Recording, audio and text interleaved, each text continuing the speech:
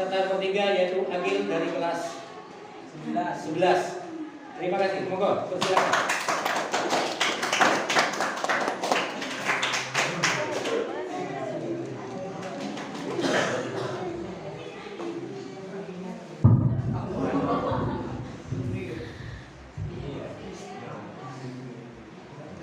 Assalamualaikum warahmatullahi wabarakatuh.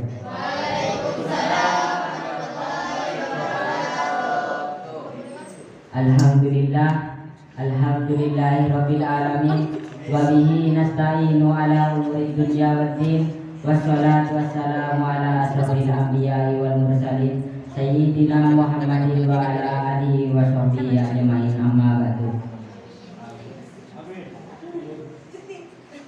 Pertama-tama marilah kita panjatkan puja dan puji syukur kita atas kehadiran Allah Subhanahu wa taala.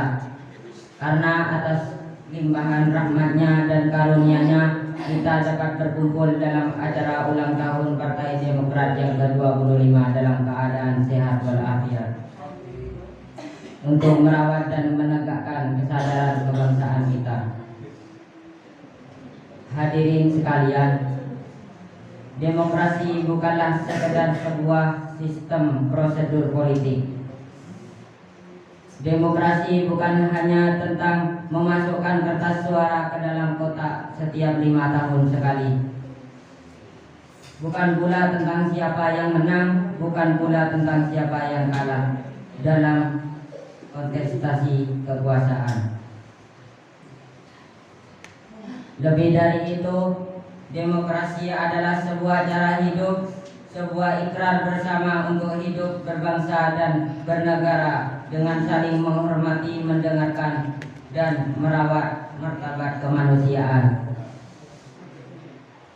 Hari ini kita menyaksikan bagaimana demokrasi diuji oleh zaman. Di era informasi yang bergerak tanpa saring, berpendapat pandangan seringkali berubah menjadi perpecahan. Ruang-ruang publik kerap dipenuhi oleh perpecahan, kebencian, polarisasi dan politik identitas yang menggoyak tenun kebangsaan kita. Jika kita tidak berhati-hati, demokrasi yang lelah ini bisa kehilangan arah, berubah dari alat pemersatu menjadi ajang saling menjatuhkan. Oleh karena itu, kita membutuhkan apa yang kita sebut sebagai demokrasi yang sehat dan berkeadaban. Apa makna dari demokrasi yang berkeadaban? Pertama, demokrasi yang berkeadaban menghidupkan kembali esensi musyawarah. Demokrasi bukanlah ajang siapa yang saling keras berteriak atau siapa yang paling kuat mendominasi.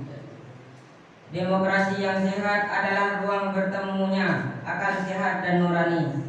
Di dalamnya perbedaan terdapat bukan untuk dimusuhi, melainkan dikelola sebagai kekayaan gagasan untuk mencari jalan keluar terbaik bagi kepentingan rakyat banyak.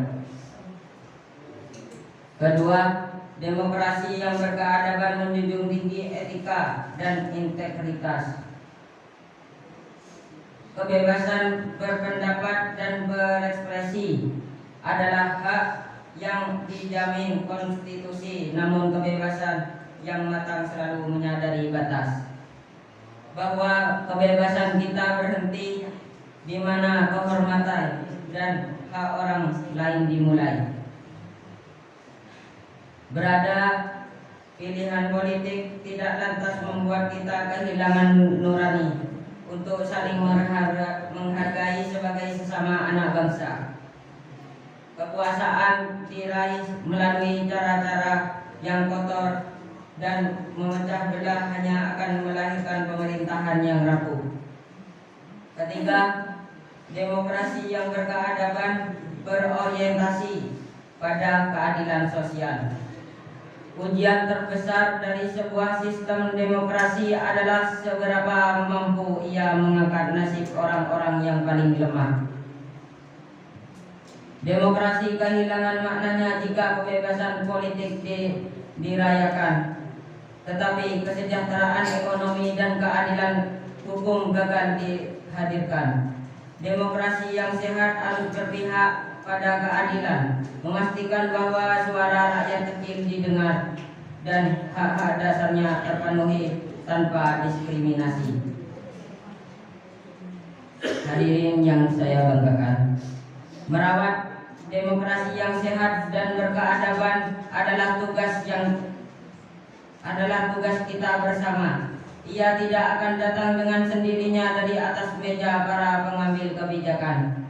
Ia lahir dari kesadaran setiap warga negara, dari cara kita berdiskusi di media sosial, dari cara kita menyikapi perbedaan di lingkungan tetangga, dan dari bagaimana kita mengajar nilai-nilai kedewasaan berpolitik kepada generasi muda.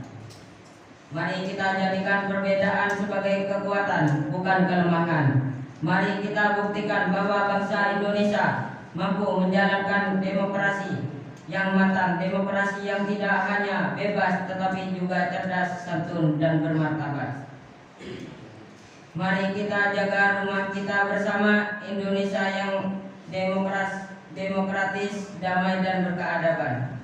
Terima kasih atas perhatian Anda. Selamat siang, salam sejahtera bagi kita semua. Assalamualaikum warahmatullahi wabarakatuh.